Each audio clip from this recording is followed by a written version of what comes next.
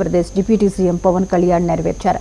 చిన్నారి నిరంజన్ అభిలాష మేరకు లస అప్సో జాతికి చెందిన కుక్కపిల్లను జనసేన నాయకులు బహుకరించారు. కుక్కపిల్లను చూసిన నిరంజన్ ఆనందానికి అవధులు లేకుండా పోయాయి. అంతేకాకుండా కుక్కపిల్లతో పాటు ప్రత్యేకంగా క్యాబ్ ఏర్పాటు చేసినందుకు పవన్ కళ్యాణ్ కు నిరంజన్ కృతజ్ఞతలు తెలిపారు.